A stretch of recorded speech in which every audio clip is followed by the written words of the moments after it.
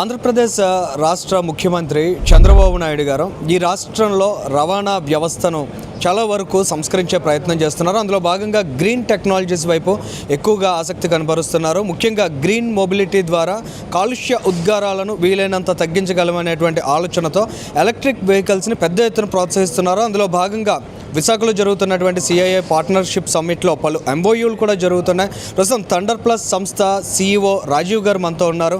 ఈయన కూడా ఎంఓయూ చేసుకున్నారు. దీనికి సంబంధించి వివరాలు ఆయనతో మాట్లాడి తెలుసుకుందాం. సార్ రాజీవ్ గారు నమస్తే సార్. థండర్ ప్లస్ ఆర్గనైజేషన్ నుంచి ముఖ్యమంత్రి గారితో మీరు ఎంఓయూ చేసుకున్నారు సార్. ఇది ముఖ్యంగా green mobility, green vehicles, electric వెహికల్స్ని ప్రోత్సహించేటువంటి ఆలోచన, కార్యాచరణ ఎలా ఉండబోతోంది సార్? ఈ రకమైనటువంటి ఆలోచన మన స్టేట్లో ఎలా అప్లై అవుతుంది అంటారు? ఫస్ట్ ఆఫ్ ఆల్, ఈ పార్ట్నర్షిప్ సమ్మిట్ జరుగుతున్నందుకు ఆంధ్రప్రదేశ్ ప్రజలందరికీ కూడా నా శుభాకాంక్షలు. ఎందుకు అంటే ఇటువంటి ఇన్వెస్టర్ సమ్మిట్స్ ఏం చేస్తాయంటే రెండు ముఖ్యంగా చేస్తాయి. ఒకటి, ఇన్వెస్టర్స్లో ఉన్న కాన్ఫిడెన్స్ని, మొరల్ని బూస్టప్ చేస్తాయి. రెండు, పెట్టుబడులు రావడం ద్వారా అనేక రకమైనటువంటి ఉపాధి అవకాశాలు జరుగుతాయి. ఉపాధి అవకాశాలు అంటే కేవలం ఎంప్లాయ్మెంట్ అనుకుంటున్నారేమో. పెద్ద పెద్ద కంపెనీస్ వచ్చినప్పుడు వాటి ఆక్సిలరీ ఇండస్ట్రీస్ కూడా, అంటే మైక్రో స్మాల్ మీడియం ఎంటర్ప్రైజెస్ కూడా అభివృద్ధి చెందే అవకాశం ఉంది. సో దానిని బట్టి congratulations to all of you and definitely special thanks to our honourable chief minister Shri Nara Chandrababu Naidu garu. So నా పేరు రాజీవ్ వైఎస్ఆర్. నేను ఒక కన్సార్షియం ఆఫ్ కంపెనీస్ని రిప్రజెంట్ చేస్తున్నా. We are 360 EV ecosystem enabler. ఎలా అంటే మా కంపెనీలోనే మ్యానుఫ్యాక్చరింగ్ యూనిట్ ఉంది, కీటో మోటార్స్ అని. అక్కడ 3 వీలర్స్ బస్సెస్ తయారు చేస్తాం. అదే దాంట్లో ఈటో మోటార్స్ అనే సంస్థ ఉంది. దాని ద్వారా మొబిలిటీ యాజ్ అ సర్వీస్ వెహికల్స్ని రన్ చేస్తాం. 2 wheelers, 3 wheelers, 4 wheelers and buses కూడా. అలానే థండర్ ప్లస్ అనే ఒక కంపెనీ ఉంది. దాని ద్వారా ఛార్జింగ్ ఇన్ఫ్రా నడుపుతున్నాం. అయితే మీరు ఇప్పుడు గమనించారో లేదో, గత కొన్ని రోజులుగా ఢిల్లీని, మొత్తం దేశాన్ని పీడిస్తున్న ఒకటే ప్రశ్న ఏంటంటే air quality index. Air quality index 400కు పైగా వెళ్ళిపోయింది, లేదా 2.5 పార్టికులేట్ మీటర్. దాన్ని ఉండవలసినటువంటి క్రమము 10 mg/m³ అయితే ఢిల్లీలో 200 mg/m³ ఉంది. పెట్టుకున్న ఎయిర్ ఫిల్టర్స్, ప్యూరిఫైయర్స్ అన్నీ కూడా చాలా డస్ట్ అవుతున్నాయి. ఇవన్నీ ఎందుకు అంటే కాలుష్యం. అయితే ఈ కాలుష్యం ఉంది కదా అని మనం డెవలప్మెంట్ ఆపేయగలమా అంటే ఆపలేము. మరి ఏం చేయగలము అంటే, ఈ కాలుష్యానికి 30% కాంట్రిబ్యూట్ చేసేది ఏంటి అంటే ట్రాన్స్పోర్టేషన్ సెక్టర్. సో ఒకవేళ ట్రాన్స్పోర్ట్ సెక్టర్ని మనం డీజిల్ డిపెండెన్సీ నుంచి గ్రీన్ ఎలక్ట్రిక్ వెహికల్గా మార్చగలిగితే 30% పొల్యూషన్ మనము తగ్గించిన వాళ్ళం అవుతాం. రెండోది, ఈ విధంగా చేయడం ద్వారా ఈ ఎలక్ట్రిక్ వెహికల్కి సంబంధించినటువంటి ఈకోసిస్టమ్ ఏదైతే ఉందో అది ఇండియాలో డెవలప్ చేసిన మనం అవుతాము. దానివల్ల ఏ విధంగా ఒకప్పుడు ఇండియా అగ్రికల్చరల్ క్యాపిటల్, తర్వాత IT క్యాపిటల్గా ఉండిందో, EV క్యాపిటల్గా కూడా మన భారతదేశం డెవలప్ అవడానికి అవకాశం ఉంది. సో ఇవన్నీ ఎందుకు చెప్పాను అంటే, దేశము, ప్రపంచం అంతా కూడా ఈ జీరో కార్బన్ ఫుట్‌ప్రింట్ వైపు వెళుతున్న సందర్భంలో స్టేట్ ఆఫ్ ఆంధ్రప్రదేశ్ కూడా అదే విధంగా అడుగులు వేయడము మాకు చాలా అభినందించాల్సిన విషయం. గత నెల మేము APCRDA బిల్డింగ్ ఇనాగ్రేషన్ జరిగినప్పుడు గౌరవనీయులైనటువంటి ముఖ్యమంత్రి గారు కలిసినప్పుడు ఆయనకు ఒక కాన్సెప్ట్ మేము చూపించడం జరిగింది. అదేంటి అంటే multi modal logistics or multi modal transport system. ఏంటి దీంట్లో భాగం అంటే, ఒక వ్యక్తి తన ఇంటి నుంచి బయలుదేరుతున్నప్పుడు ఒక వెహికల్ ఆయన వచ్చి పిక్ చేసుకుని దగ్గర బస్ స్టాండ్కి వెళ్ళాలి. ఆ బస్ స్టాండ్ నుంచి వేరే డెస్టినేషన్ బస్ స్టాండ్కి వాళ్ళని తీసుకువెళ్ళాలి. అక్కడి నుంచి తిరిగి ఆయన డెస్టినేషన్కి వెళ్ళాలి. దీనిని ఫస్ట్ మైల్ అని, మిడిల్ మైల్ అని, లాస్ట్ మైల్ అని అంటారు. ఈ మూడు కూడా ఎలక్ట్రిక్ వెహికల్స్ ద్వారానే చేయాలన్నది మా ఉద్దేశం.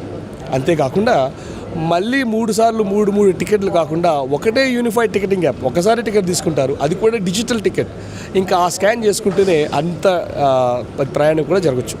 అలా అమరావతిలో గన్నవరం ఎయిర్పోర్ట్, విజయవాడ, అమరావతి, గుంటూరు అనే క్వార్టర్లేటరల్, అలానే హైదరాబాద్లో NAD జంక్షన్, విశాఖపట్నంలో NAD జంక్షన్, పెందుర్తి, సింహాచలం, హనుమంతవాక ఇలాంటి క్వార్టర్లేటర్లు ఎలా అయితే మనకి 40 కిలోమీటర్ల BRTS ఉందో, వీటిలో ఎలక్ట్రిక్ బస్సులు తిరుగుతూ ఉంటాయి. వాటికి ఫీడర్స్ చొప్పున 2 వీలర్స్, 3 వీలర్స్, 4 వీలర్స్ జనాలు చేరవేస్తారు. ఇవన్నీ నడవాలంటే ఏం కావాలి? Charging infrastructure. సో ఆ ఛార్జింగ్ ఇన్ఫ్రాస్ట్రక్చర్ కూడా మనమే డెవలప్ చేస్తున్నాం. అంతేకాకుండా ఆంధ్రప్రదేశ్కి ఉన్నటువంటి గొప్ప వరం ఏంటంటే మన కోస్టల్ లైన్. 974 కిలోమీటర్ల వైజాగ్ చెన్నై ఇండస్ట్రియల్ కారిడార్లో 80% స్పేస్ మనమే తీసుకుంటాం. అందులో ప్రతి 25 కిలోమీటర్లకి ఒక 120 కిలోవాట్ ఫాస్ట్ ఛార్జింగ్ స్టేషన్, ప్రతి 100 కిలోమీటర్లకి ఒక 1 మెగావాట్ ఫాస్ట్ ఛార్జింగ్ స్టేషన్ పెట్టాలన్నది మా యొక్క ఉద్దేశం.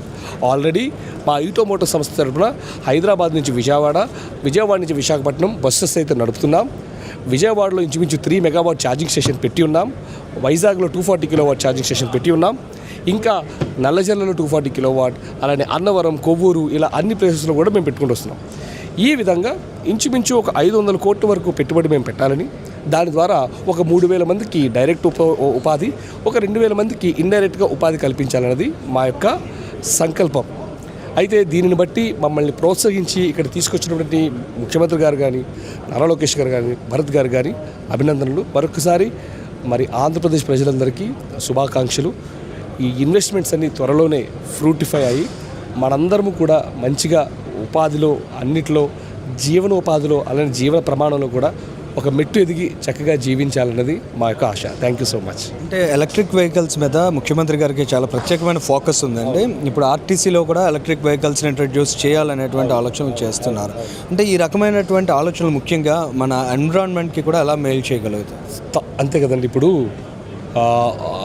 ఏమంటారు, ఈ ట్రాన్స్పోర్టేషన్లో షేర్డ్ మొబిలిటీ అన్ని బస్సెస్, కొన్ని వేల బస్సెస్ నడుస్తూ ఉన్నాయి, కనీసం 2,000-2,500 బస్సులు. అవి ఎప్పటి నుంచో నడుస్తున్న బస్సులు, దోమ శకటాలు అంటారు వాటిని. డీజిల్ మండుతూ ఉంటే వస్తూ ఉంటుంది.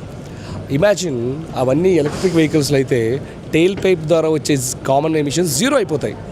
అంటే మనం పీల్చే గాలి, మన చిన్నపిల్లలకు మనం ఇచ్చే ఎన్వైరన్మెంట్ కానీ అవన్నీ కూడా మరింత, అంతేకాకుండా నాయిస్ పొల్యూషన్ కూడా తగ్గిపోతుంది. So electric vehicles is a solution not only for air pollution but noise pollution, but this is also a great opportunity to create that ecosystem in the state.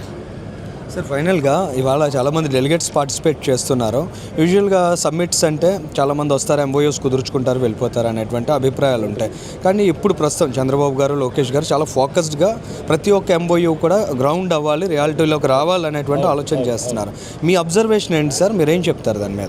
So అది అన్నిటికంటే ముఖ్యమైనటువంటి అంశం అండి. ఎందుకంటే వచ్చామా, సంతకాలు పెట్టేసామా, వెళ్ళిపోవడం అని కాకుండా ఆ కంపెనీస్తో ఫాలోఅప్ చేస్తూ ఒక టీమ్ని పెడుతూ ఎప్పటికప్పుడు వారితో సమీక్షిస్తూ ఆ పెట్టినటువంటి ఇన్వెస్ట్మెంట్స్ లేకపోతే రాసినటువంటి ఎంఓయూల ప్రకారం అవుతుందో లేదో అనేది చూడడం చాలా ఇంపార్టెంట్. అయితే ముఖ్యమంత్రి గారి లెవెల్ నుంచి, అలానే నారా లోకేష్ గారి లెవెల్ నుంచి ఆ ఫోకస్ రావడం చాలా ఆనందదాయకం. ఎందుకంటే దానివల్ల ఏంటంటే, ఓకే మేము సంతకం పెట్టి వెళ్తాం, బట్ మమ్మల్ని కూడా తరమాలి. సార్ మీరు పెట్టారు, ఎప్పుడు చేస్తున్నారు, ఏం చేస్తున్నారు, మీకు ఏం సపోర్ట్ కావాలి, ఎక్కడైనా ఆగిందా మీ ఫైలు, ఏ డిపార్ట్మెంట్లో ఆగింది, మీకు ఏమైనా ల్యాండ్ ఇబ్బంది ఉందా, పవర్ ఇబ్బంది ఉందా, ఏమి ఇబ్బంది ఉందని ఎప్పటికప్పుడు మమ్మల్ని అడుగుతూ ఉండి చేస్తూ ఉంటే ఆటోమేటిక్గా ప్రతి ప్రాజెక్ట్ కూడా గ్రౌండ్ అవుతుంది. నాకు తెలిసి వారి యొక్క ఉద్దేశం కూడా ఇదే డైరెక్షన్ ఉందని నేను నమ్ముతున్నాను. Thank you sir. Thank you.